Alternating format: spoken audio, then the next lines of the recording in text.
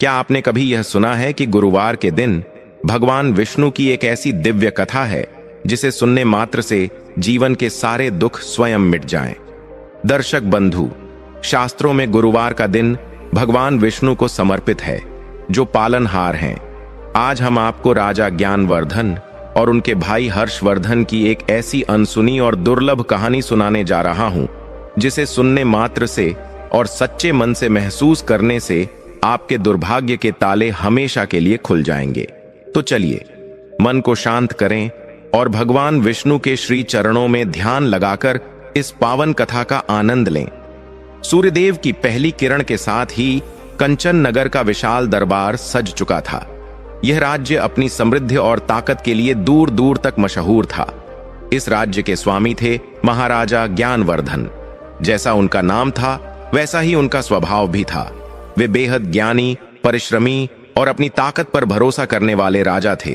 उनका मानना था कि इंसान का कर्म ही उसका भगवान है और इसके अलावा किसी भी दूसरी शक्ति का कोई अस्तित्व नहीं है। राजा ज्ञानवर्धन के पास सब कुछ था।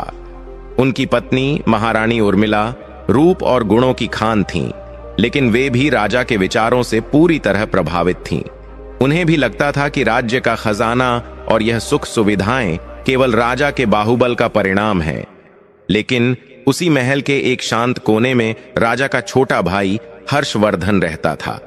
हर्षवर्धन स्वभाव से बिल्कुल विपरीत था। वह विनम्र था और भगवान विष्णु का परम भक्त था। उसके लिए गुरुवार का दिन किसी उत्सव से कम नहीं होता था। कहानी की असली शुरुआत उस दिन से होती है जब महल में एक विशेष गुरुवार की सुबह आई। राजा ज्ञानवर्धन अपने सिंहासन पर बैठकर राज्य के कर और व्यापार का हिसाब देख रहे थे।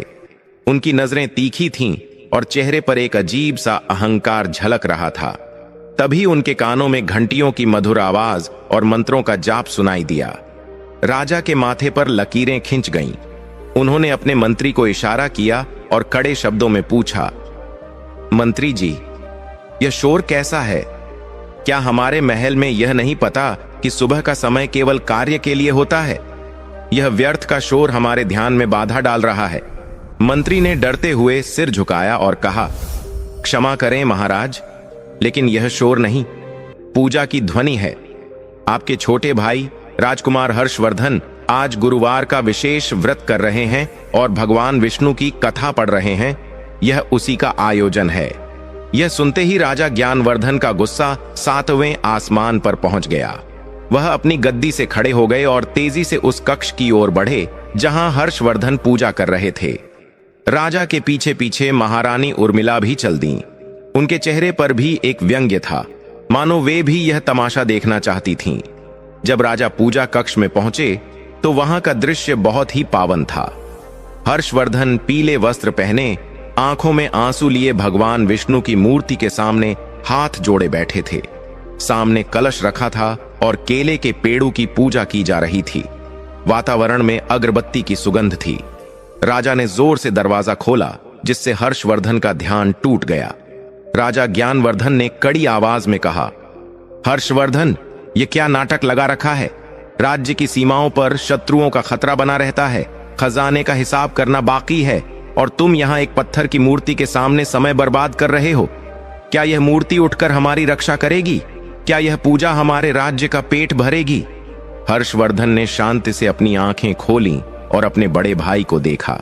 उसने बहुत ही नम्रता से कहा, भैया, यह केवल मूर्ति नहीं, यह जगत के पालनहार का स्वरूप है। कर्म करना हमारा धर्म है, लेकिन उस कर्म में सफलता केवल ईश्वर की कृपा से मिलती है। आज गुरुवार है। जो भी सच्चे मन से इस दिन श्री हरि को याद करता है, उसके जीवन से सारे कष्ट मिट जाते हैं।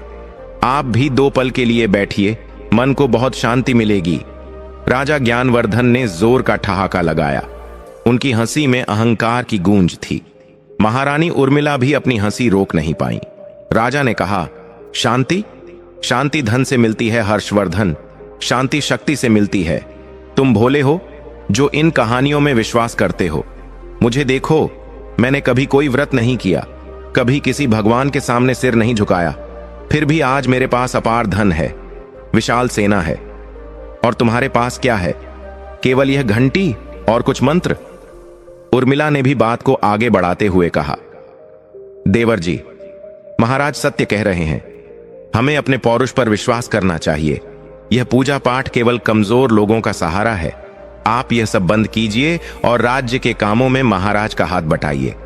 हर्षवर्धन को अपने भाई और भाभी की यह बातें चुभ गईं, लेकिन उसने अपना धैर्य नहीं खोया। उसने कहा, भाभी, समय सबसे बलवान होता है। जब समय की मार पड़ती है तो इंसान का सारा पौरुष धरा का धरा रह जाता है। उस समय केवल यह ईश्वरीय शक्ति ही सहारा बनती है। मैं आपसे विनती करता हूं कि भगवान विष्णु का अपमान मत कीजिए। अहंकार तो रावण का भी नहीं टिका था। बस, बहुत हुआ, राजा ज्ञानवर्धन चिल्लाया। उसने आगे बढ़कर पूजा की थाली को ठोकर मारने का प्रयास तो नहीं किया, लेकिन वहां रखे पूजा के पात्रों को अपनी तलवार की नोक से हटा दिया। कल से इस महल में गुरुवार के दिन कोई काम नहीं रुकेगा और ना ही ऐसी कोई विशेष पूजा होगी जिससे राज्य के काम में बाधा आए। यह मेरा आदेश है। इतना कहकर राजा ज्ञानवर्धन और उर्मिला वहां से चले गए। हर्षवर्धन की आंखों से आंसू छलक पड़े। उसे अपने अपमान का दुख नहीं था, उसे दुख इस बात का था कि उसके अपने भाई ने साक्षात लक्ष्मीपति का अपमान किया था। उसने भगवान की मूर्ति के सामने सिर झुकाया और कहा, हे प्रभु, मेरे भाई को क्षमा करना। वे अज्ञान के अंधेरे में हैं। उन्हें नहीं पता कि वे किस विनाश को निमंत्रण दे रहे हैं। उसी शाम की बात है। राजा ज्ञानवर्धन अपने बगीचे में टहल रहे थे। उनका मन अभी भी सुबह की घटना के कारण थोड़ा अशांत था, लेकिन उन्हें अपनी जीत का गुमान था। तभी महल के मुख्य द्वार पर एक बूढ़ा ब्राह्मण भिक्षुक आ खड़ा हुआ। उस ब्राह्मण के कपड़े फटे हुए थे, शरीर कमजोर था, लेकिन उसके चेहरे पर एक अजीब सा तेज था। उसके हाथ में एक कमंडल और लाठी थी। द्वारपालों ने उसे रोका, लेकिन ब्राह्मण ने कहा, मैं बहुत दूर से आया हूं, मुझे राजा ज्ञानवर्धन से मिलना है। सुना है यह राज्य बहुत समृद्ध है और यहां का राजा बहुत दानी है। मुझे अपनी बेटी के विवाह के लिए कुछ सहायता चाहिए। द्वारपाल ने राजा को सूचना दी। राजा उस समय अपनी पत्नी उर्मिला के साथ बैठे थे। राजा ने सोचा कि चलो, अपनी समृद्धि का प्रदर्शन करने का यह अच्छा मौका है। उसने ब्राह्मण को अंदर बुला लिया। ब्राह्मण धीरे धीरे चलता हुआ राजा के सामने आया और आशीर्वाद देते हुए बोला, नारायण नारायण, राजन, आपका कल्याण हो। भगवान विष्णु आपके भंडार हमेशा भरे रखें। भगवान विष्णु का नाम सुनते ही राजा का मूड फिर से खराब हो गया। सुबह की बहस अब भी उसके दिमाग में ताजा थी। राजा ने तिरस्कार भरी नजरों से ब्राह्मण को देखा और कहा, विप्रवर, यह मेरा राज्य है। यहां मेरे परिश्रम से अन्न उपजता है, विष्णु की कृपा से नहीं। अगर आपको भीख चाहिए तो मेरी प्रशंसा करो, किसी और की नहीं। मांगो क्या मांगना है और यहां से चलते बनो। ब्राह्मण ने राजा के अहंकार को भांप लिया। उसने मुस्कुराते हुए कहा, राजन, धन और सत्ता तो आती जाती छांव है। जो आज तुम्हारा है कल किसी और का होगा।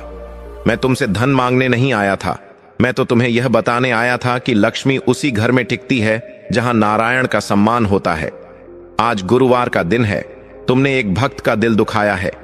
याद रखना, जब अभिमान सिर पर चढ़ता है तो बुद्धि का नाश सबसे पहले होता है। राजा को यह बात सहन नहीं हुई। उसने गुस्से में कहा, तुम मुझे ज्ञान देने आए हो? ऐ भिखारी, अपनी हैसियत में रहो।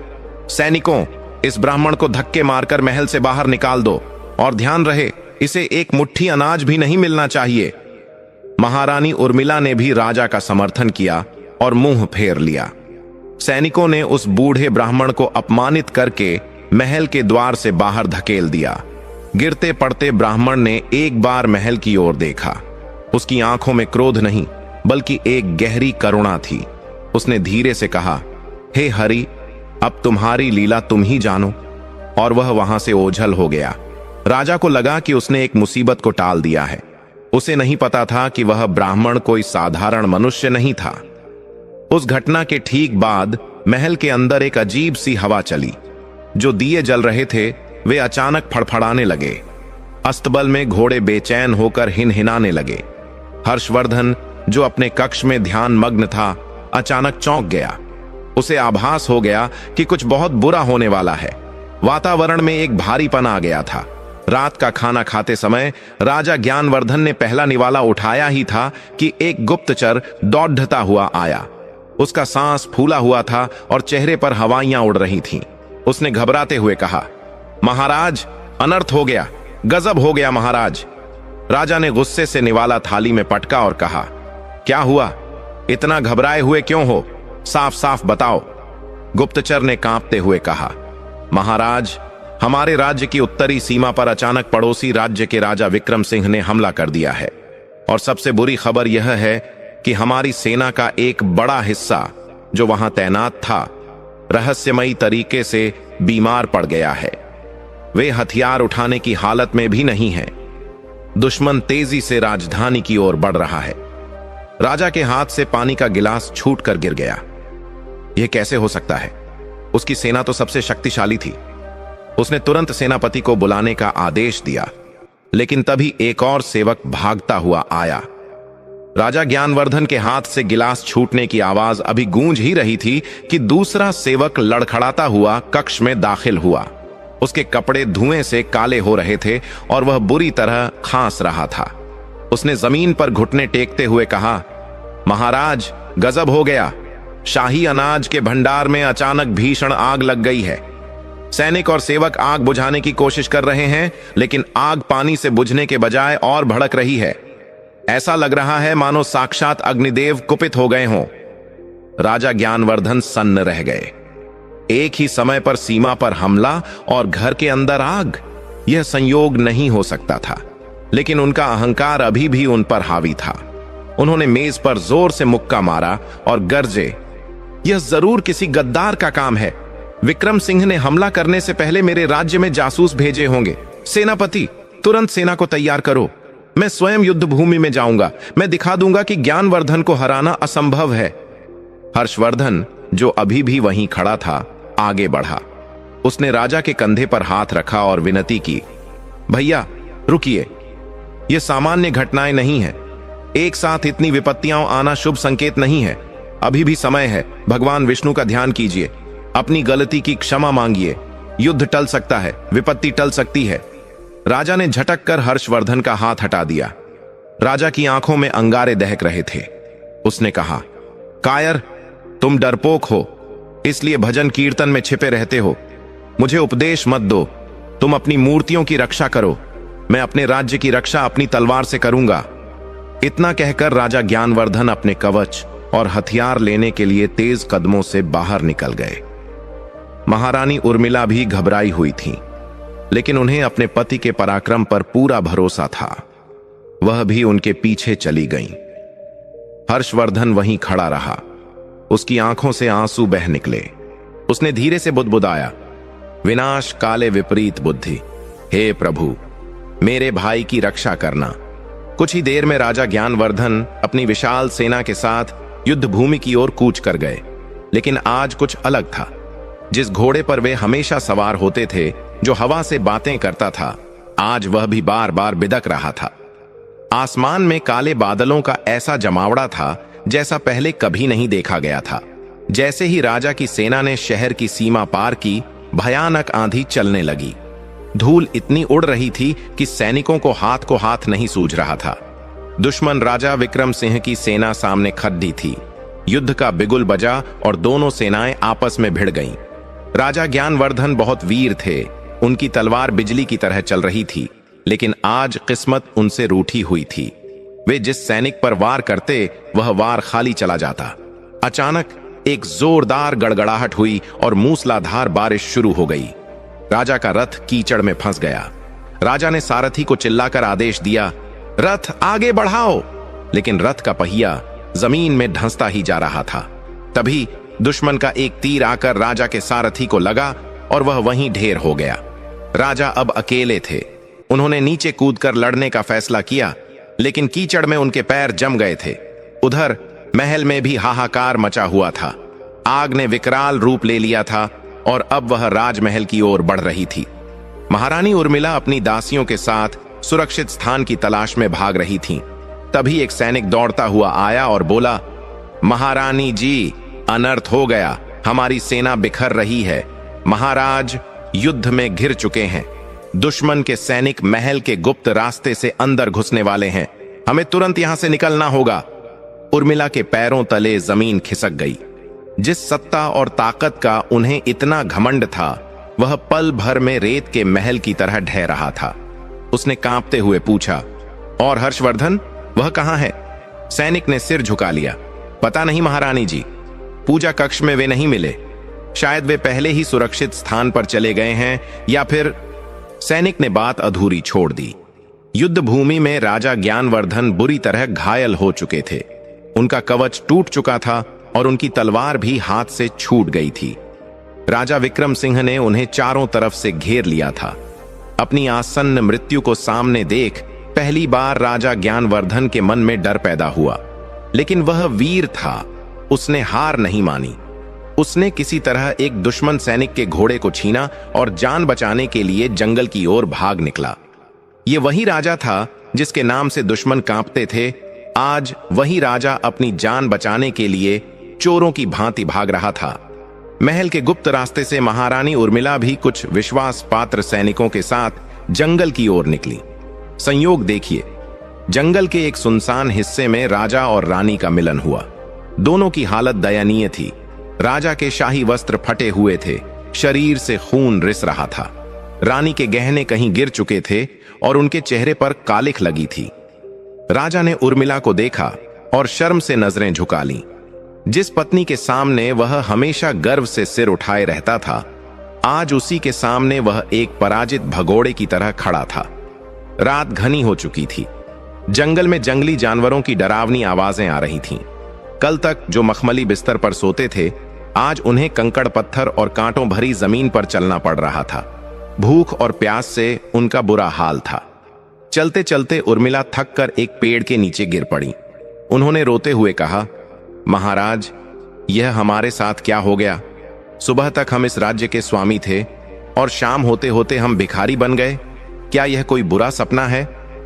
राजा ज्ञानवर्धन ने पेड़ के तने का सहारा लिया और भारी आवाज में कहा, मुझे नहीं पता उर्मिला, ऐसा लगता है जैसे समय ने हमारे साथ कोई क्रूर मजाक किया है। मेरी तलवार, मेरी रणनीति, मेरी ताकत, सब आज बेकार हो गए। उस तूफान ने, उस कीचड़ ने मुझे हरा दिया, वरना विक्रम सिंह की क्या मजाल थी जो मेरे सामने टिक पाता। तभी दूर कहीं बादलों के गरजने की आवाज के साथ साथ एक अजीब सी हंसी सुनाई दी। राजा चौंक गया। कौन है वहां? उसने चिल्लाकर पूछा, लेकिन सिर्फ हवा की साएं साएं ही जवाब में मिली। भूख ने अब अपना असर दिखाना शुरू कर दिया था।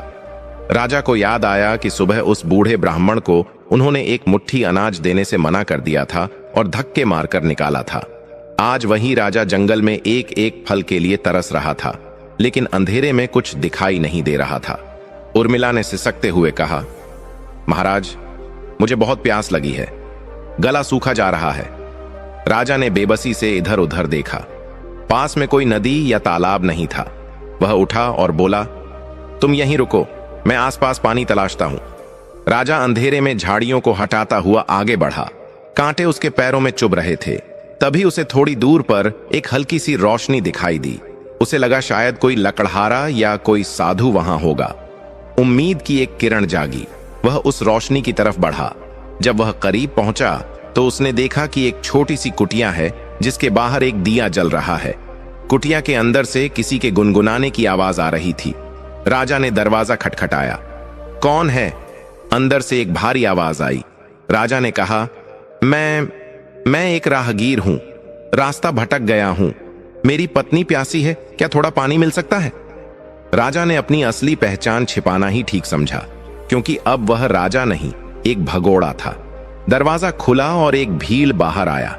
उसके हाथ में एक मशाल थी। उसने राजा को ऊपर से नीचे तक देखा। राजा के फटे हुए शाही कपड़े देखकर वह समझ गया कि यह कोई साधारण व्यक्ति नहीं है। भील ने मुस्कुराते हुए कहा, रास्ता तो तुम बहुत पहले भटक गए थे मुसाफिर, जंगल का रास्ता तो अब ढूंढ रहे हो। आओ, पानी है। भील की बात में एक गहरा अर्थ छिपा था जो राजा उस समय समझ नहीं पाया। भील ने उन्हें पानी दिया और कुछ कंदमूल खाने को दिए। राजा ने वह कंदमूल लिए और दौड़कर उर्मिला के पास आया। दोनों ने पागलों की तरह पानी पिया और वह कड़वा फल खाया। जो राजा 56 भोग के बिना थाली को हाथ नहीं लगाता था, आज वह जंगली कड़वे फल को अमृत मानकर खा रहा था। खाना खाने के बाद थोड़ी जान में जान आई।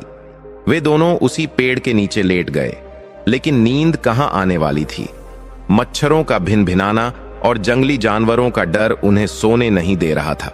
उर्मिला ने लेटे लेटे आसमान की ओर देखा और धीरे से कहा, महाराज, क्या आपको उस ब्राह्मण की बात याद है? उन्होंने कहा था, लक्ष्मी उसी घर में टिकती है जहां नारायण का सम्मान होता है। आज गुरुवार है, हमने हर्षवर्धन की पूजा रोकी, उस ब्राह्मण का अपमान किया।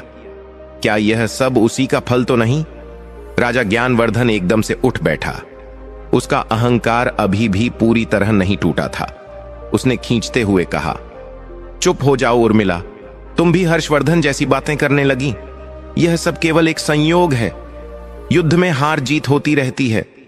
मैं फिर से सेना इकट्ठी करूंगा, फिर से हमला करूंगा और अपना राज्य वापस लूंगा। यह मेरा बाहुबल है जिसने मुझे राजा बनाया था, किसी की कृपा नहीं। उर्मिला चुप हो गई, लेकिन उसका मन मान चुका था कि यह कोई साधारण संयोग नहीं है। रात बीतने लगी। अगले दिन की सुबह उनके लिए और भी कठिन परीक्षा लेकर आने वाली थी। जैसे ही सूरज निकला, राजा और रानी ने आगे बढ़ने का फैसला किया ताकि वे राज्य की सीमा से बहुत दूर निकल जाएं, जहां विक्रम सिंह के सैनिक उन्हें ढूंढ न सकें। वे चलते चलते एक दूसरे राज्य की सीमा में प्रवेश कर गए। यह राज्य चंद्रपुर था। यहां का राजा बहुत ही न्यायप्रिय था, लेकिन यहां के नियम बहुत सख्त थे। ज्ञानवर्धन और उर्मिला अब पूरी तरह भिखारियों जैसे लग रहे थे। उनके कपड़े तार तार हो चुके थे, बाल बिखरे हुए थे और शरीर धूल से सना था। बाजार के बीच से गुजरते समय हलवाई की दुकान से आ रही पूरी और सब्जी की खुशबू ने राजा के कदमों को रोक लिया। उसकी जेब खाली थी। उसने कभी सपने में भी नहीं सोचा था कि उसे भोजन के लिए हाथ फैलाना पड़ेगा, लेकिन पेट की आग इंसान से सब कुछ करवा लेती है। राजा झिझकते हुए हलवाई के पास गया और धीमी आवाज में बोला, भैया, हम परदेसी हैं, हमारा सब कुछ लुट गया है, क्या थोड़ा भोजन मिल सकता है? हलवाई, जो बहुत व्यस्त था, उसने बिना देखे ही झिड़क दिया, हटो यहां से, सुबह सुबह बोहनी के समय भिखारी आ जाते हैं, जाओ आगे जाओ, यहां कुछ नहीं मिलेगा। यह वही शब्द थे जो राजा ने उस ब्राह्मण से कहे थे, मांगो क्या मांगना है और यहां से चलते बनो। आज वही शब्द, वही अपमान उसे वापस मिल रहा था। कर्म का चक्र अपना पहला फेरा पूरा कर चुका था। राजा अपमान का घूंट पीकर रह गया। वह आगे बढ़ा, लेकिन तभी बाजार में शोर मचा, चोर चोर, पकड़ो इसे। भीड़ एक आदमी के पीछे भाग रही थी। वह आदमी राजा ज्ञानवर्धन से टकराया और एक पोटली राजा के पास गिर गई। वह आदमी तो भाग गया, लेकिन भीड़ ने राजा को घेर लिया। यही है उसका साथी, इसी ने पोटली पकड़ी है, एक आदमी चिल्लाया। राजा घबरा गया, नहीं नहीं, मैं चोर नहीं हूं, मैं तो। वह यह भी नहीं कह सकता था कि वह राजा ज्ञानवर्धन है, क्योंकि लोग उस पर हंसते या उसे पागल समझते। इससे पहले कि वह कुछ समझा पाता, भीड़ ने उसे और उर्मिला को पकड़ लिया। चलो इन्हें कोतवाल के पास ले चलते हैं, आज तो इनकी शामत आएगी। राजा और रानी को धक्के मारते हुए कोतवाल के पास ले जाया गया।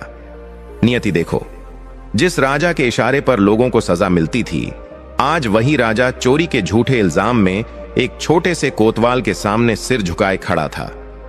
कोतवाल ने अपनी मूंछों को ताव देते हुए पूछा, तो तुम दोनों परदेसी बनकर चोरी करते हो? सच बताओ, वह दूसरा चोर कहां गया?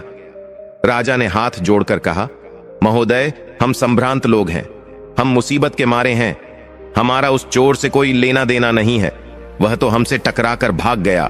कोतवाल हंसा, संभ्रांत? तुम्हारी शक्ल तो भिखारियों से भी बदतर है, और अगर तुम चोर नहीं हो तो तुम्हारे पास यह पोटली कैसे आई? सिपाहियों, डाल दो इन्हें काल कोठरी में, और कल सुबह इन्हें नगर के चौराहे पर कोड़े मारे जाएंगे। काल कोठरी, कोड़े! राजा ज्ञानवर्धन की आंखों के आगे अंधेरा छा गया। उर्मिला बेहोश होकर गिरने ही वाली थीं कि राजा ने उन्हें संभाला। सिपाहियों ने उन्हें घसीटते हुए ले जाकर एक बदबूदार और अंधेरी कोठरी में बंद कर दिया। लोहे का भारी दरवाजा बंद हुआ और उसके साथ ही बाहर की रोशनी भी बंद हो गई। उस घुप अंधेरे में बैठकर राजा ज्ञानवर्धन पहली बार फूट फूट कर रोया। काल कोठरी का वह अंधेरा राजा ज्ञानवर्धन के जीवन का सबसे भयानक अंधेरा था।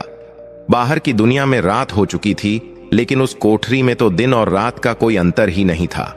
चारों तरफ सीलन की बदबू थी और दीवारों पर अजीब सी काई जमी हुई थी। कोने में चूहों की दौड़ भाग की आवाजें आ रही थीं, जो किसी भी इंसान के रोंगटे खड़े कर दें।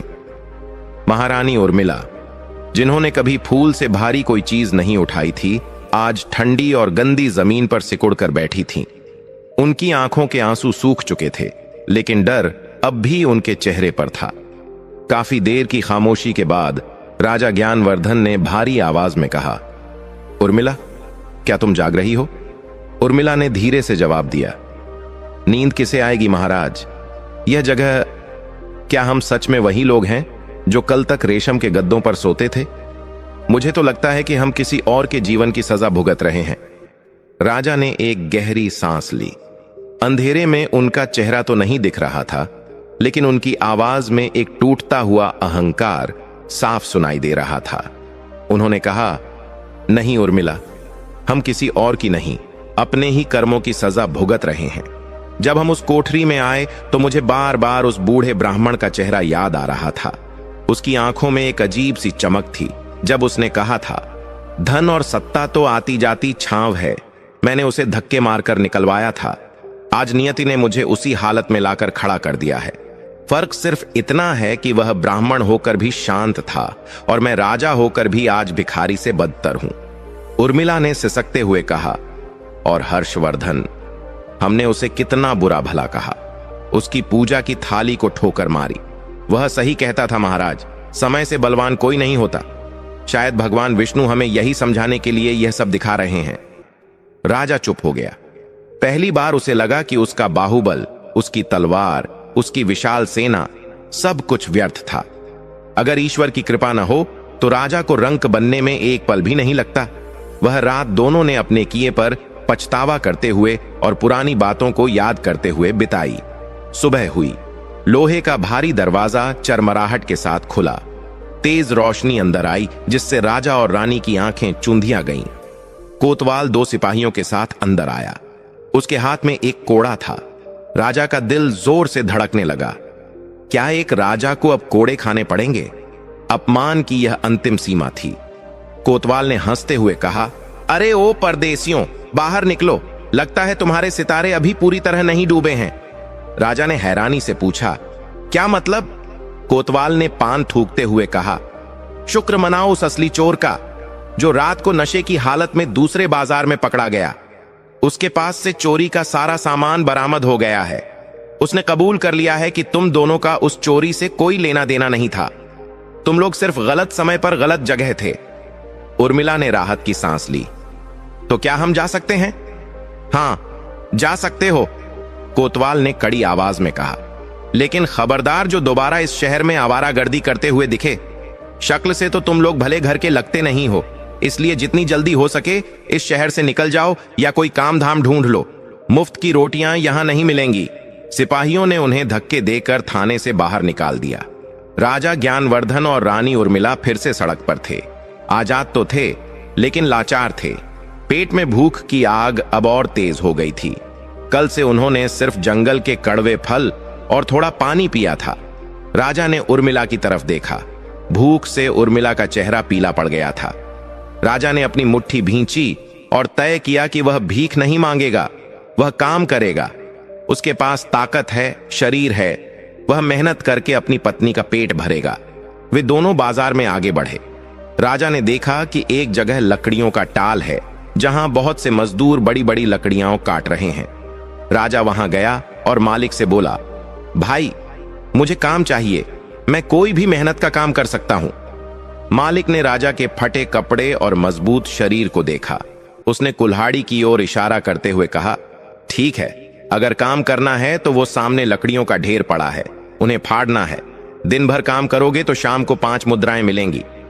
मंजूर है? 5 मुद्राएं। यह रकम राजा के लिए कभी तिनके के बराबर भी नहीं थी, लेकिन आज यह उसे जीवनदान जैसी लगी। राजा ने तुरंत हां कर दी। राजा ने भारी कुल्हाड़ी उठाई।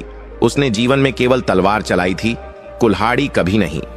उसने जोश में आकर लकड़ी पर पहला वार किया। लकड़ी सख्त थी, कुल्हाड़ी फिसल गई और राजा के पैर के पास जाकर लगी। बाल बाल बचे। मालिक चिल्लाया, अरे ध्यान से, काम मांगते हो और कुल्हाड़ी चलानी नहीं आती? अगर पैर काट लिया तो उसका हर्जाना कौन देगा? राजा ने माफी मांगी और दोबारा कोशिश की। धूप तेज हो रही थी। राजा पसीने से लथपथ हो गया। उसके हाथों में जहां कभी तलवार की मूठ के निशान भी नहीं पड़ते थे, अब छाले पड़ने लगे थे। हर वार के साथ उसके कंधों में दर्द हो रहा था। भूख और प्यास के कारण आंखों के आगे अंधेरा छा रहा था, लेकिन वह रुका नहीं।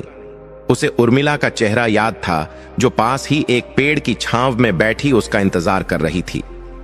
दोपहर होते होते राजा के हाथों के छाले फूट गए और उनसे खून रिसने लगा। उसकी हिम्मत जवाब दे गई।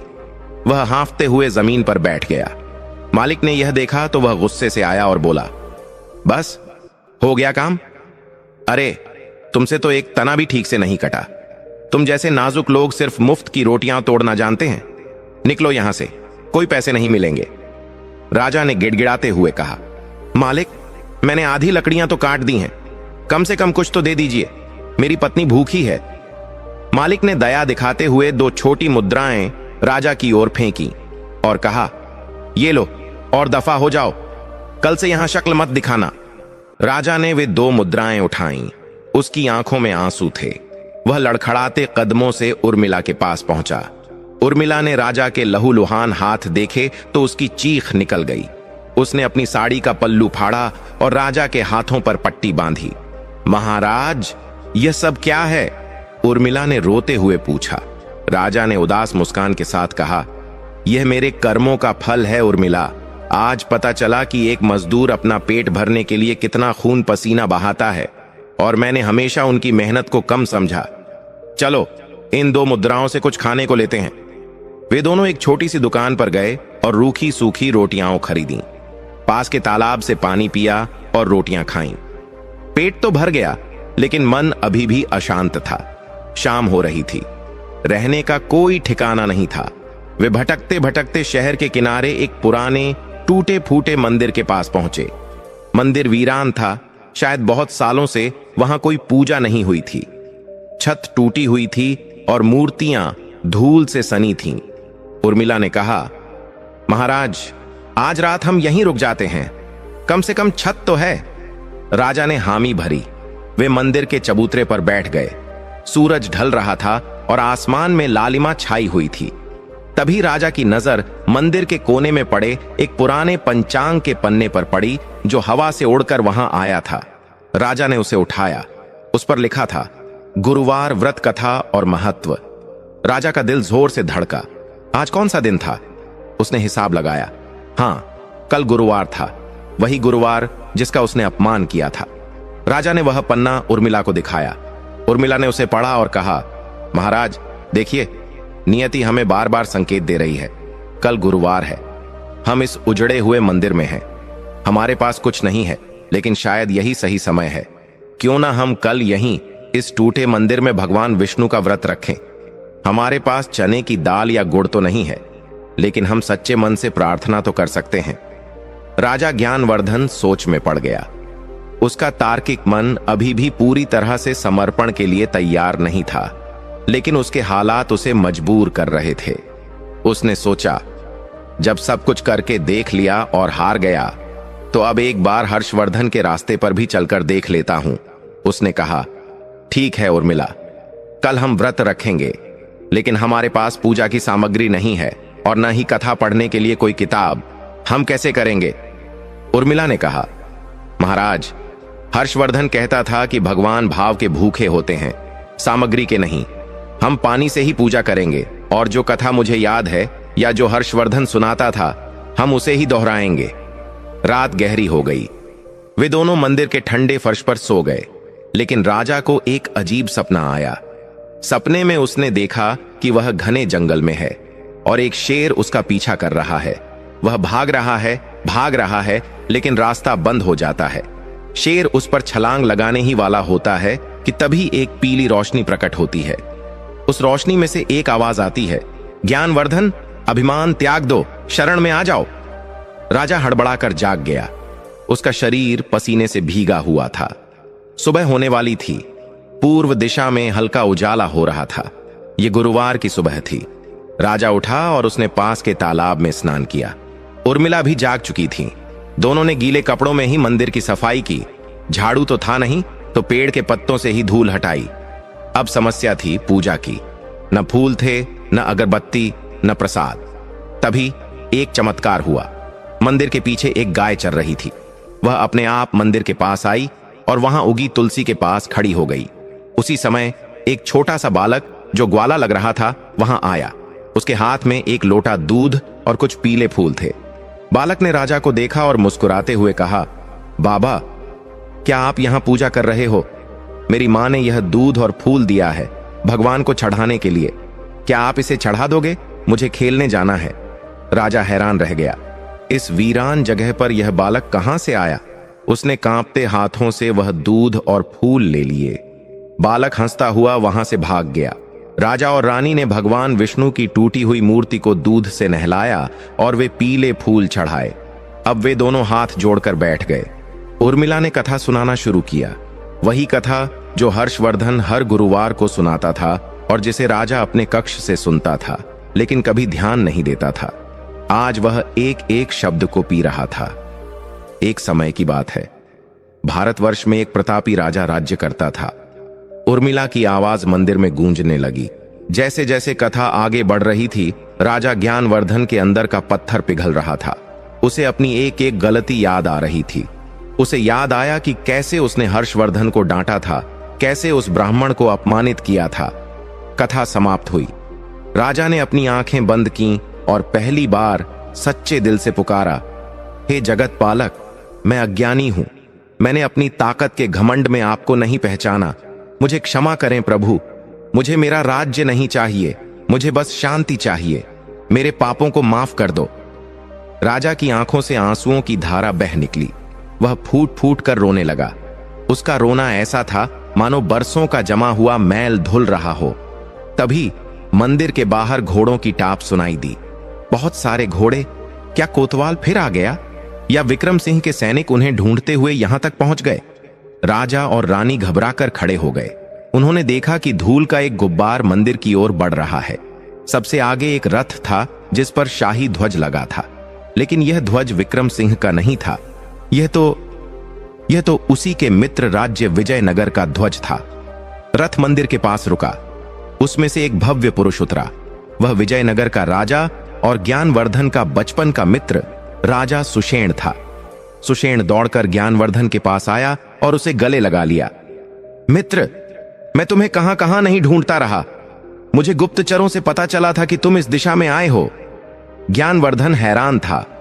सुषेण, तुम यहां? तुम्हें कैसे पता चला?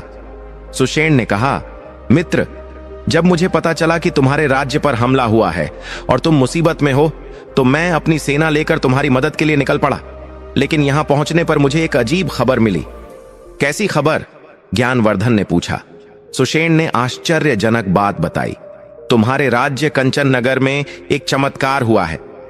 विक्रम सिंह की सेना ने जब महल पर कब्जा किया तो अगले ही दिन उनकी पूरी सेना में महामारी फैल गई।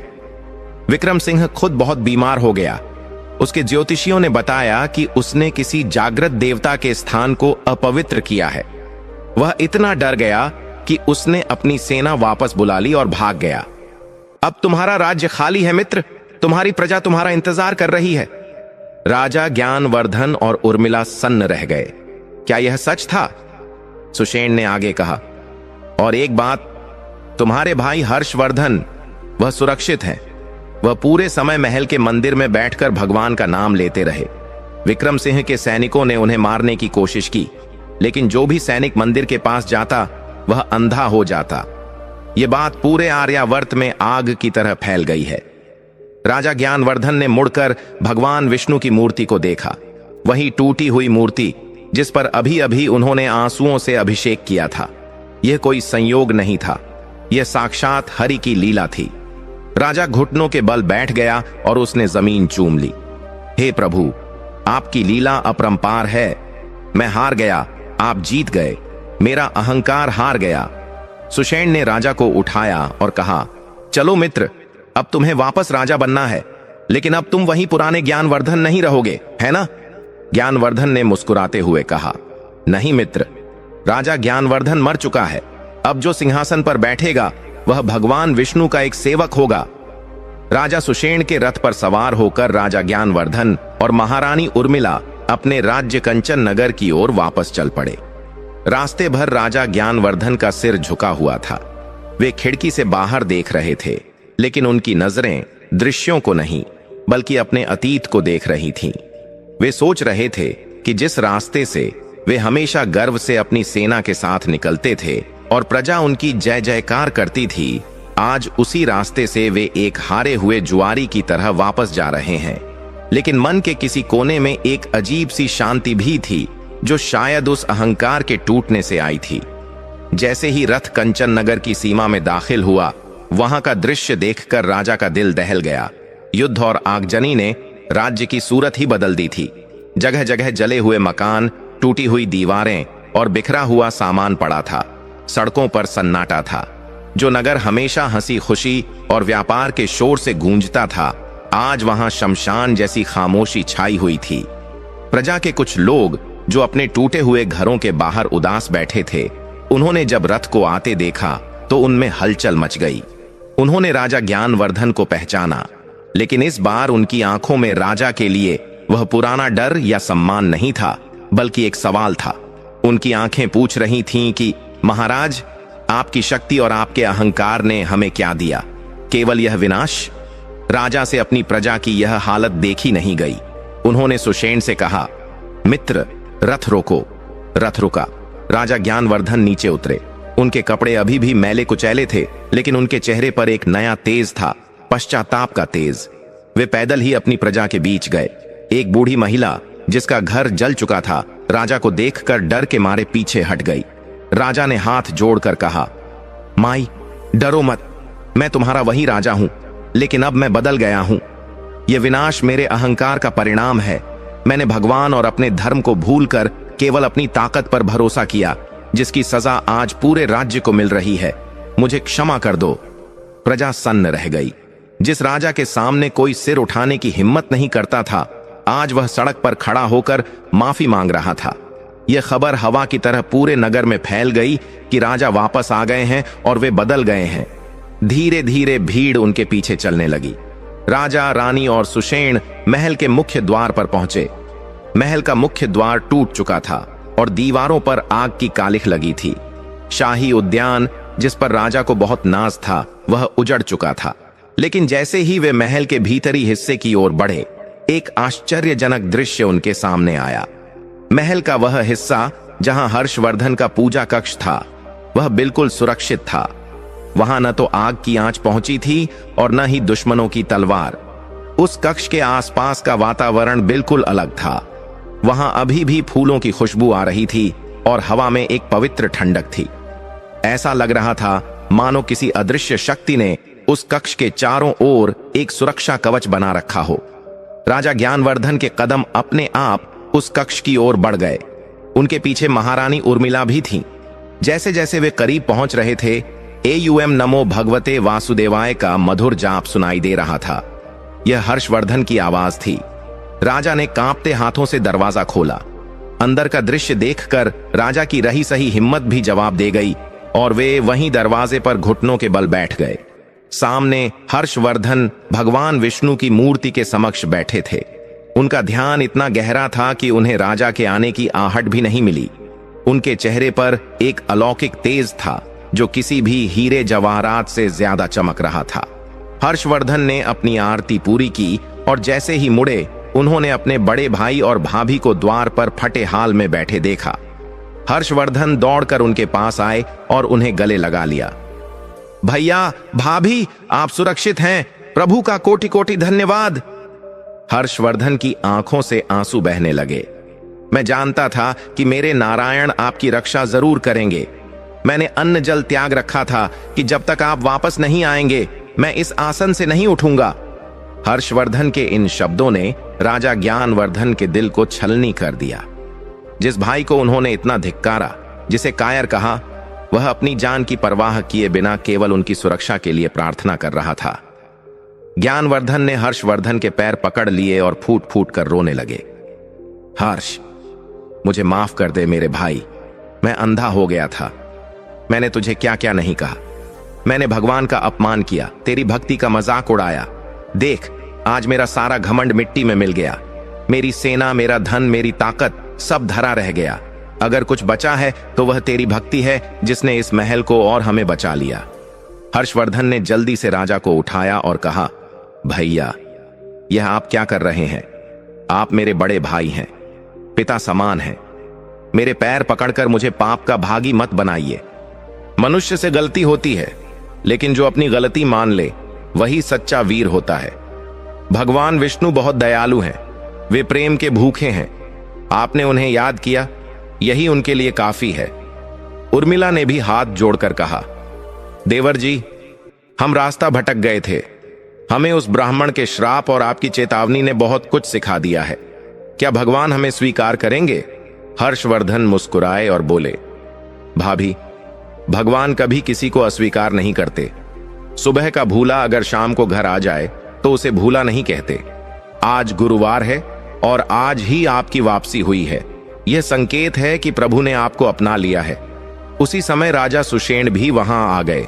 उन्होंने कहा, मित्र ज्ञानवर्धन, अब जब तुम्हें अपनी शक्ति का असली स्रोत मिल गया है तो तुम्हें अपने राज्य को फिर से खड़ा करना होगा। मेरी सेना और मेरा खजाना तुम्हारे लिए हाजिर है। तुम फिर से कंचन नगर को सोने जैसा बनाओ। ज्ञानवर्धन ने आंसू पोंछते हुए खड़े होकर कहा, नहीं मित्र, सहायता के लिए तुम्हारा धन्यवाद, लेकिन अब मैं यह राज्य किसी और के भरोसे नहीं बल्कि स्वयं के परिश्रम और श्री हरि की कृपा से बनाऊंगा। लेकिन उससे पहले मुझे एक बहुत जरूरी काम करना है। राजा ज्ञानवर्धन उसी वक्त महल के झरोखे पर गए जहां से वे प्रजा को संबोधित करते थे। नीचे हजारों की भीड़ जमा हो चुकी थी। राजा ने ऊंची आवाज में घोषणा की, मेरी प्यारी प्रजा, सुनो। आज मैं, राजा ज्ञानवर्धन, यह स्वीकार करता हूं कि मुझसे बहुत बड़ी भूल हुई है। मैंने अपनी शक्ति के नशे में धर्म और ईश्वर का अपमान किया, जिसका परिणाम हम सब ने भुगता। लेकिन आज से यह राज्य केवल बाहुबल से नहीं बल्कि धर्म और भक्ति से चलेगा। मैं घोषणा करता हूं कि अगले गुरुवार को हम पूरे राज्य में एक महापूजन का आयोजन करेंगे। हम सब मिलकर भगवान विष्णु से क्षमा मांगेंगे और इस राज्य की नई शुरुआत करेंगे। प्रजा ने जब अपने राजा के मुख से ऐसी बातें सुनी तो उन्होंने जय श्री हरि और महाराज ज्ञानवर्धन की जय के नारे लगाए। पूरा वातावरण गूंज उठा। हर्षवर्धन ने राजा से कहा, भैया, व्रत और पूजा की विधि मैं आपको बताऊंगा। यह व्रत बहुत चमत्कारी है। अगर हम पूरे विधि विधान से और सादे मन से यह व्रत करेंगे तो हमारा खोया हुआ वैभव उससे भी दोगुना होकर वापस आएगा। राजा ने कहा, हां हर्ष, अब तुम ही मेरे गुरु हो। मुझे बताओ कि अगले गुरुवार तक हमें क्या तैयारी करनी है। मैं कोई कमी नहीं रखना चाहता। हर्षवर्धन ने समझाना शुरू किया, भैया, सबसे पहले तो हमें मन की शुद्धि करनी होगी। अगले 7 दिनों तक हम सात्विक जीवन जिएंगे। न क्रोध, न लोभ, न झूठ। हम अपनी प्रजा की सेवा करेंगे, टूटे हुए घरों को बनाने में मदद करेंगे और अगले गुरुवार को हम केले के वृक्ष का पूजन करेंगे, चने की दाल और गुड़ का प्रसाद बनाएंगे और सबसे जरूरी बात, हमें उस बूढ़े ब्राह्मण को ढूंढना होगा जिनका हमने अपमान किया था। बिना उनकी क्षमा के हमारी पूजा अधूरी रहेगी। राजा का चेहरा गंभीर हो गया। तुम सही कहते हो हर्ष, वह ब्राह्मण साधारण नहीं थे। मुझे उन्हें ढूंढना ही होगा, चाहे मुझे पूरी धरती छाननी पड़े। अगले ही दिन से राजा ज्ञानवर्धन का जीवन पूरी तरह बदल गया। जो राजा कभी सिंहासन से नीचे नहीं उतरता था, अब वह आम मजदूरों की तरह प्रजा के साथ मिलकर ईंट पत्थर उठा रहा था। वह जले हुए घरों को ठीक करवा रहा था। खजाने का बचा हुआ धन उसने प्रजा के भोजन और इलाज के लिए खोल दिया। महारानी उर्मिला ने भी अपने गहने त्याग दिए और सादे वस्त्र पहनकर रसोई में काम करने लगी ताकि गरीबों को भोजन मिल सके। ये बदलाव देखकर प्रजा की आंखों में राजा के लिए फिर से सम्मान जाग गया। वे कहने लगे, हमारा राजा तो सोने की तरह तपकर कुंदन बन गया है। लेकिन राजा के मन में एक बेचैनी थी। वह बूढ़ा ब्राह्मण कहां मिलेगा? राजा ने अपने गुप्तचरों को चारों दिशाओं में दौड़ा दिया। उसने कह दिया, जब तक वह ब्राह्मण देव नहीं मिलते मैं चैन से नहीं बैठूंगा। दिन बीतते गए, सोमवार, मंगलवार, बुधवार, लेकिन ब्राह्मण का कोई पता नहीं चला। कल गुरुवार था। राजा की चिंता बढ़ती जा रही थी। अगर ब्राह्मण नहीं मिले तो क्या पूजा स्वीकार होगी? बुधवार की शाम राजा अपने महल के द्वार पर उदास बैठे थे। तभी उन्हें दूर से एक लाठी की ठक ठक सुनाई दी। राजा की धड़कनें तेज हो गईं। क्या यह वही है? धूल भरे रास्ते से वही कमजोर शरीर, वही फटे कपड़े और वही तेजमयी चेहरा लिए वह बूढ़ा ब्राह्मण धीरे धीरे महल की ओर आ रहा था। राजा को अपनी आंखों पर विश्वास नहीं हुआ। राजा ज्ञानवर्धन नंगे पैर ही सिंहासन छोड़कर दौड़ पड़े। वे महल की सीढ़ियां उतरकर सीधे सड़क पर आए और उस ब्राह्मण के चरणों में गिर पड़े। राजा ने अपने आंसुओं से ब्राह्मण के पैर धो दिए। हे विप्रवर, मुझे क्षमा कर दीजिए, मैं अपराधी हूं। मैंने आपको नहीं पहचाना। मैंने अपने अहंकार में अंधा होकर आपका अपमान किया। मुझे दंड दीजिए, लेकिन मुझे अपने चरणों से दूर मत कीजिए। ब्राह्मण ने राजा के सिर पर हाथ रखा। उनकी आंखों में वही करुणा थी। उन्होंने मुस्कुराते हुए कहा, राजन, उठो। मैं तो केवल तुम्हारी परीक्षा ले रहा था। मुझे तुमसे कोई शिकायत नहीं है। भगवान विष्णु अपने भक्तों को कभी गिरने नहीं देते। वे बस उन्हें ठोकर मारकर संभलना सिखाते हैं। तुम संभल गए, यही मेरी दक्षिणा है। राजा ने ब्राह्मण को ससम्मान महल में बुलाया। इस बार राजा ने उन्हें अपने सिंहासन पर बैठाया और खुद नीचे बैठे। ब्राह्मण ने कहा, राजन, कल गुरुवार है।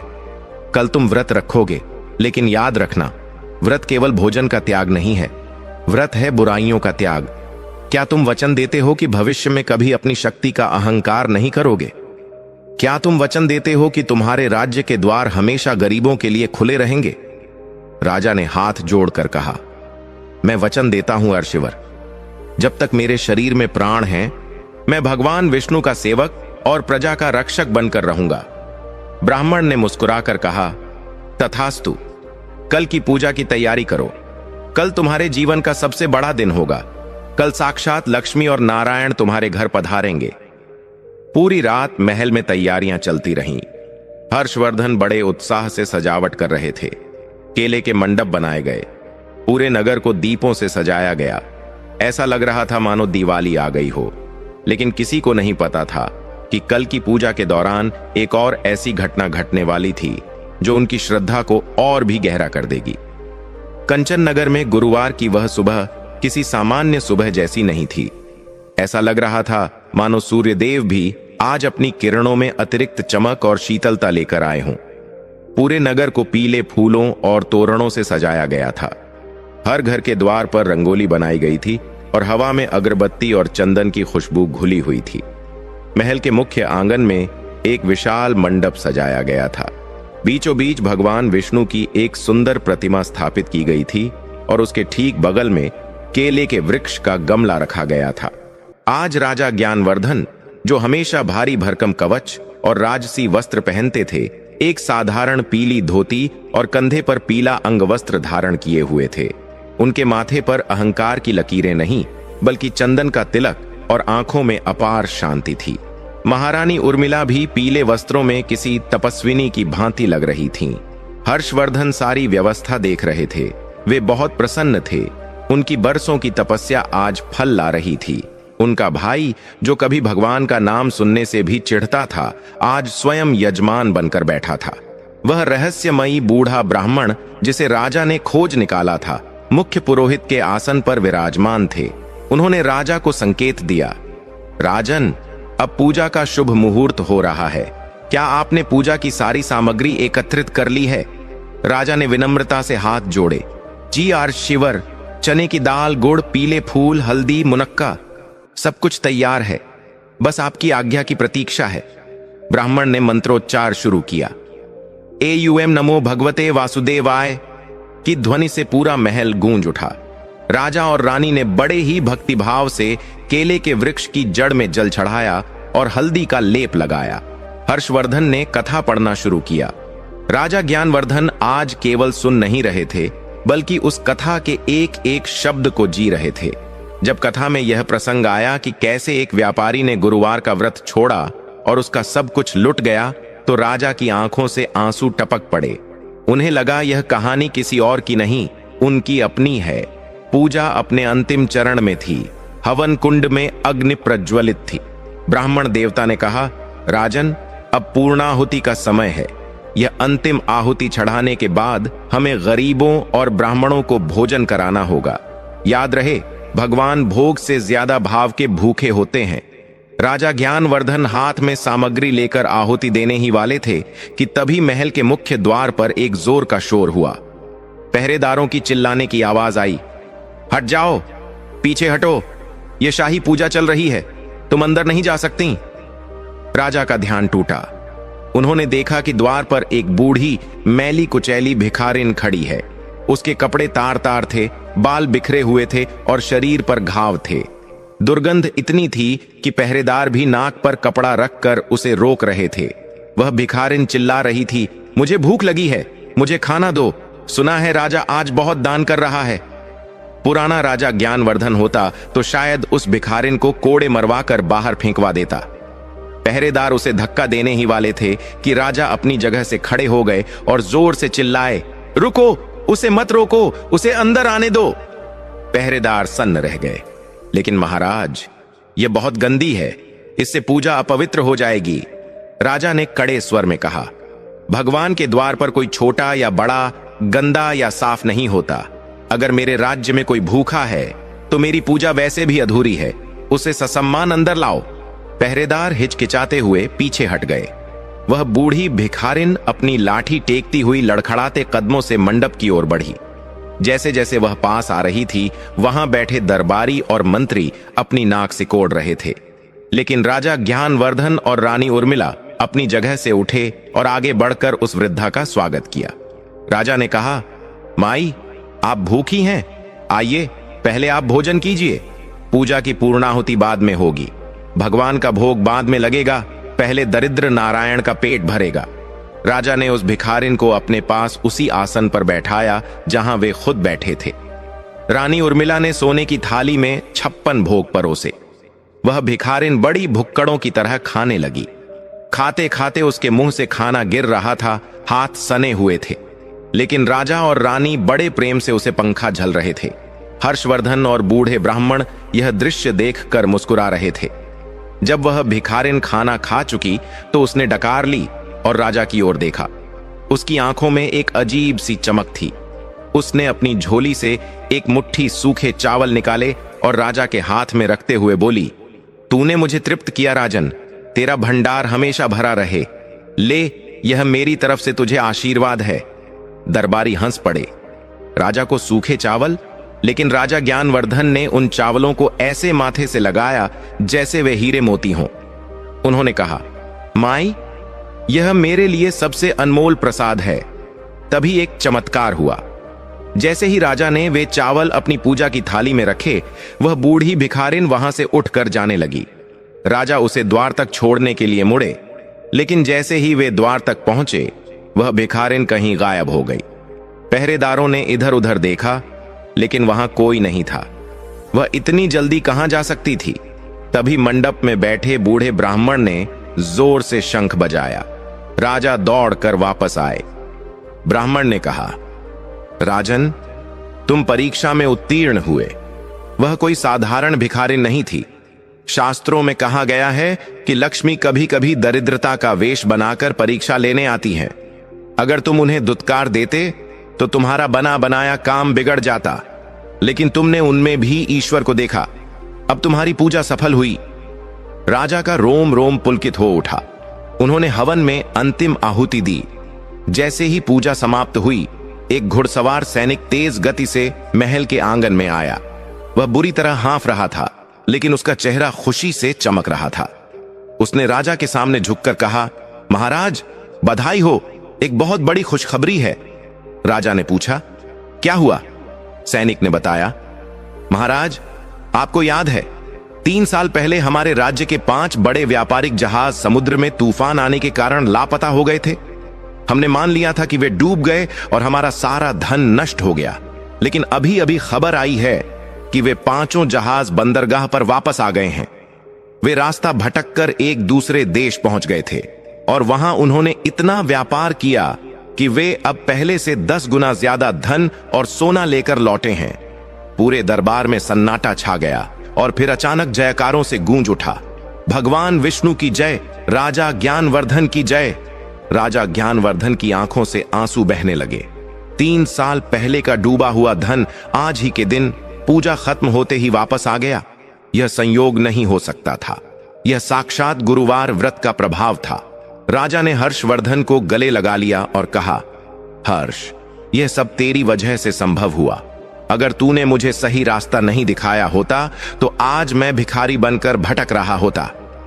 हर्षवर्धन ने कहा, भैया, यह तो बस शुरुआत है। भगवान विष्णु जब देते हैं तो छप्पर फाड़ कर देते हैं, लेकिन हमें अब रुकना नहीं है। हमें इस व्रत का महत्व घर घर तक पहुंचाना होगा। राजा ने तुरंत मंत्री को आदेश दिया, मंत्री जी, घोषणा करवा दो, आज से हमारे राज्य में हर गुरुवार को स्कूलों और पाठशालाओं में भगवान विष्णु की कथा सुनाई जाएगी। जो भी व्यक्ति गुरुवार का व्रत करेगा उसे राजकोष से पूजा की सामग्री मुफ्त दी जाएगी और बंदरगाह से जो धन आया है उसका आधा हिस्सा प्रजा के कल्याण और नए मंदिरों के निर्माण में लगाया जाए। उस दिन के बाद से कंचन नगर की काया पलट होने लगी। जो राज्य कुछ दिन पहले खंडहर बन गया था, वहां अब फिर से समृद्धि लौटने लगी। लेकिन राजा ज्ञानवर्धन के जीवन में चुनौतियां अभी खत्म नहीं हुई थीं। भगवान अपने भक्त को सोने की तरह तपाते हैं। अगले कुछ हफ्तों तक सब कुछ ठीक चला। राजा हर गुरुवार को नियम से व्रत रखते, लेकिन चौथे गुरुवार को एक ऐसी घटना घटी जिसने राजा की परीक्षा एक नए रूप में ली। पड़ोसी राज्य का राजा विक्रम सिंह, जो बीमारी के कारण भाग गया था, वह अब ठीक हो चुका था। उसे जब पता चला कि ज्ञानवर्धन का राज्य फिर से अमीर हो गया है और डूबे हुए जहाज वापस आ गए हैं, तो उसके मन में फिर से लालच जाग उठा। लेकिन इस बार उसने सीधे हमले की योजना नहीं बनाई। उसे पता चल गया था कि ज्ञानवर्धन की शक्ति अब उसकी सेना नहीं बल्कि उसकी भक्ति है। इसलिए विक्रम सिंह ने सोचा कि अगर ज्ञानवर्धन की भक्ति को तोड़ दिया जाए तो उसे हराना आसान होगा। विक्रम सिंह ने अपने राज्य के सबसे चालाक तांत्रिक को बुलाया। उस तांत्रिक का नाम था भैरवनाथ। भैरवनाथ काली शक्तियों का स्वामी था। विक्रम सिंह ने कहा, भैरवनाथ, मुझे कंचन नगर चाहिए, लेकिन वहां विष्णु की शक्ति का पहरा है। क्या तुम उस पहरे को तोड़ सकते हो? भैरवनाथ ने एक भयानक हंसी हंसते हुए कहा, महाराज, देवताओं की शक्ति पवित्रता में बसती है। अगर हम राजा ज्ञानवर्धन की पवित्रता भंग कर दें, उसका व्रत खंडित करवा दें, तो विष्णु की कृपा अपने आप हट जाएगी। अगला गुरुवार आने दीजिए, मैं ऐसा माया जाल फैलाऊंगा कि राजा ज्ञानवर्धन चाहकर भी अपनी पूजा पूरी नहीं कर पाएगा। इधर राजा ज्ञानवर्धन अगले गुरुवार की तैयारी कर रहे थे। उन्हें इस आने वाले खतरे का तनिक भी आभास नहीं था। उन्हें नहीं पता था कि इस बार उनकी लड़ाई किसी इंसान से नहीं बल्कि काली शक्तियों और छल कपट से होने वाली है। गुरुवार की सुबह हुई। राजा स्नान करके पूजा के लिए बैठने ही वाले थे कि महल के द्वार पर एक रोता हुआ बच्चा आया। वह जोर जोर से चिल्ला रहा था, मेरे पिताजी मर रहे हैं, कोई उन्हें बचा लो। राजा जी, आप तो सबके रक्षक हैं, मेरे पिता को बचा लीजिए। राजा का दिल पसीज गया। पूजा का समय हो रहा था, लेकिन एक तड़पते हुए इंसान की मदद करना भी धर्म था। राजा ने सोचा, मैं जल्दी से जाकर देख आता हूं और फिर आकर पूजा कर लूंगा। हर्षवर्धन ने राजा को रोका, भैया रुकिए, मुझे कुछ ठीक नहीं लग रहा। पूजा का मुहूर्त बहुत कम समय का है। अगर आप चले गए और समय पर नहीं लौटे तो व्रत खंडित हो जाएगा। आप वैद्य जी को भेज दीजिए। राजा ने कहा, नहीं हर्ष, प्रजा का दुख मेरा दुख है। भगवान भी यही चाहते होंगे कि मैं पहले कर्तव्य निभाऊं। मैं अभी आता हूं। राजा ज्ञानवर्धन उस बच्चे के साथ महल से बाहर निकल गए। वे नहीं जानते थे कि वह बच्चा कोई साधारण बच्चा नहीं बल्कि तांत्रिक भैरवनाथ का भेजा हुआ एक मायावी जाल था। राजा को महल से दूर ले जाकर घने जंगल में फंसाने की साजिश रची गई थी। जैसे ही राजा उस बच्चे के पीछे पीछे जंगल की ओर बढ़े, अचानक मौसम बदलने लगा। काले बादल घिर आए और दिन में ही रात जैसा अंधेरा हो गया। राजा ज्ञानवर्धन उस रोते हुए बच्चे के पीछे पीछे घने जंगल के बीचों बीच पहुंच गए। महल बहुत पीछे छूट चुका था। चारों तरफ ऊंचे ऊंचे झाड़ झंखाड़ और सन्नाटा था। अचानक वह बच्चा एक सूखे पेड़ के पास जाकर रुका। राजा ने हाँफते हुए पूछा, बेटा, तुम्हारे पिता कहाँ हैं और हम यहां क्यों आए हैं? तभी वह बच्चा जोर जोर से हंसने लगा। उसकी हंसी किसी मासूम बच्चे की नहीं, बल्कि किसी राक्षस जैसी डरावनी थी। देखते ही देखते उस बच्चे का शरीर धुआं बनकर उड़ गया और उसकी जगह एक भयानक आकृति प्रकट हुई। लाल आंखें, गले में हड्डियों की माला और हाथ में त्रिशूल। यह वही तांत्रिक भैरवनाथ था। भैरवनाथ ने गरजते हुए कहा, स्वागत है राजा ज्ञानवर्धन। तुम अपने नारायण को छोड़कर यहां मेरी मृत्यु गुफा में आ ही गए। तुम्हें क्या लगा था, कोई बीमार है? अरे मूर्ख, यह तो एक छलावा था। आज गुरुवार है और मैंने तुम्हें पूजा के आसन से उठा दिया। तुम्हारा व्रत खंडित हो गया है। अब तुम्हारी रक्षा करने वाला कोई नहीं है। आज तुम्हारी बलि चढ़ेगी और कल कंचन नगर पर राजा विक्रम सिंह का राज होगा। राजा ज्ञानवर्धन पल भर के लिए घबराए। उन्हें अपनी गलती का एहसास हुआ। हर्षवर्धन ने रोका था, लेकिन वे भावनाओं में बह गए। लेकिन फिर उन्हें उस बूढ़े ब्राह्मण की बात याद आई। ईश्वर केवल मूर्ति में नहीं, कण कण में है। राजा ने अपनी घबराहट को चेहरे से हटा दिया। उन्होंने अपनी तलवार नहीं निकाली, बल्कि वहीं जमीन पर उस कांटेदार भूमि पर पालथी मारकर बैठ गए। उन्होंने अपनी आंखें बंद कर लीं। भैरवनाथ हैरान रह गया। यह क्या कर रहा है? प्राण की भीख मांगने के बजाय यह ध्यान लगा रहा है। राजा ज्ञानवर्धन ने मन ही मन सोचा, हे प्रभु, मेरे लिए यह जंगल ही अब महल है और यह धरती ही मेरा आसन। अगर मेरी भक्ति सच्ची है तो आप यहां भी हैं। राजा ने मन में ही भगवान विष्णु की मूर्ति स्थापित की और मानसिक पूजा शुरू कर दी। एयूएम नमो भगवते वासुदेवाय। भैरवनाथ को क्रोध आ गया। अभी भी पाखंड कर रहा है, ले अब मर। भैरवनाथ ने अपनी झोली से कुछ काली राख निकाली और मंत्र पढ़कर राजा की ओर फेंकी। वह राख हवा में आग के गोले बन गई और राजा की ओर बढ़ी। लेकिन तभी एक चमत्कार हुआ। उधर महल में हर्षवर्धन को बेचैनी होने लगी थी। उसे आभास हो गया था कि उसका भाई संकट में है। उसने तुरंत भगवान विष्णु के चरणों में सिर पटका और रोते हुए पुकारा, हे हरि, मेरे भाई की रक्षा करो। वे भोले हैं, छल से फंसाए गए हैं। उनकी लाज अब आपके हाथ में है। हर्षवर्धन और पूरी प्रजा ने मिलकर जोर जोर से विष्णु सहस्त्र नाम का पाठ शुरू कर दिया। इधर जंगल में जैसे ही आग का गोला राजा को छूने वाला था, राजा के शरीर से एक दिव्य पीली रोशनी, पीतांबर आभा निकली। वह रोशनी इतनी तेज थी कि आग का गोला उससे टकराकर वापस भैरवनाथ की ओर मुड़ गया। नहीं, यह कैसे हो सकता है? भैरवनाथ चिल्लाया। राजा ज्ञानवर्धन का नारायण कवच जागृत हो चुका था। राजा अभी भी गहरे ध्यान में थे। भैरवनाथ ने फिर से हमला करने की कोशिश की। उसने अपना त्रिशूल उठाया, लेकिन तभी आसमान में बादलों को चीरते हुए एक गरुड़ पक्षी की जोर से आवाज आई। ऊपर से एक आकाशीय बिजली सीधे भैरवनाथ के त्रिशूल पर आ गिरी। एक जोरदार धमाका हुआ। भैरवनाथ दूर जा गिरा। उसकी सारी काली शक्तियां नष्ट हो गईं। वह तड़पते हुए बोला, विष्णु की शक्ति अजेय है, मैं हारा। और देखते ही देखते वह तांत्रिक वहां से जान बचाकर भाग खड़ा हुआ। राजा ने धीरे से अपनी आंखें खोली। जंगल का डरावना माहौल अब शांत हो चुका था। काले बादल छंट गए थे और सूरज की सुनहरी किरणें राजा के चेहरे पर पड़ रही थीं। राजा समझ गए कि प्रभु ने उनकी लाज रख ली। राजा तुरंत उठे और महल की ओर दौड़े। उन्हें डर था कि कहीं पूजा का समय समाप्त न हो गया हो। जब वे महल पहुंचे तो देखा कि हर्षवर्धन और रानी उर्मिला अभी भी आरती की थाली लिए द्वार पर खड़े हैं। राजा को सुरक्षित देखकर सबकी जान में जान आई। हर्षवर्धन ने दौड़कर राजा को गले लगा लिया। भैया, आप आ गए। हमें पता था कि श्री हरि आपको कुछ नहीं होने देंगे।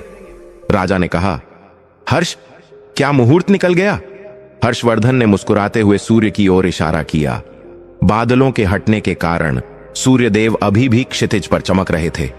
नहीं भैया, भक्त के लिए समय भी रुक जाता है। अभी सूर्यास्त नहीं हुआ है। आइए, आरती पूरी कीजिए। राजा ज्ञानवर्धन ने उसी धूल धूसरित अवस्था में भगवान की आरती की। जैसे ही आरती समाप्त हुई और प्रसाद बंटा एक दूत दौड़ता हुआ आया। इस बार वह पड़ोसी राज्य से आया था। दूत ने राजा के चरणों में एक पत्र रखा और कहा, महाराज, राजा विक्रम सिंह ने यह संदेश भेजा है। राजा ने पत्र खोला। उसमें लिखा था, महाराज ज्ञानवर्धन, मेरे तांत्रिक भैरवनाथ ने आकर मुझे बताया कि आपके साथ साक्षात दैवीय शक्तियां हैं। जिस पर ईश्वर का हाथ हो उससे लड़ना मूर्खता है। मैं अपनी हार स्वीकार करता हूं और वचन देता हूं कि कंचन नगर की तरफ कभी आंख उठाकर भी नहीं देखूंगा। हम आपसे मित्रता चाहते हैं। राजा ने वह पत्र सबको सुनाया। पूरे राज्य में खुशी की लहर दौड़ गई।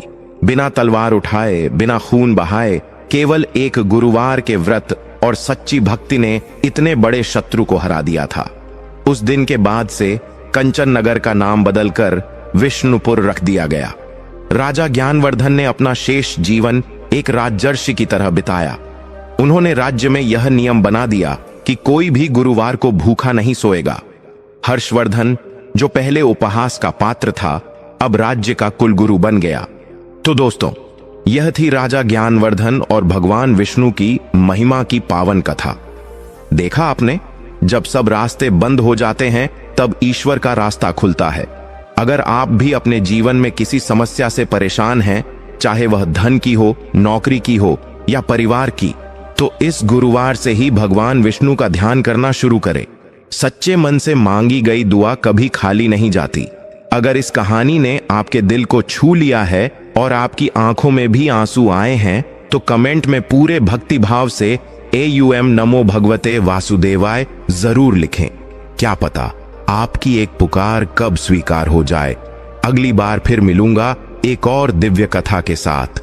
तब तक के लिए अपना ख्याल रखें और प्रभु भक्ति में लीन रहें।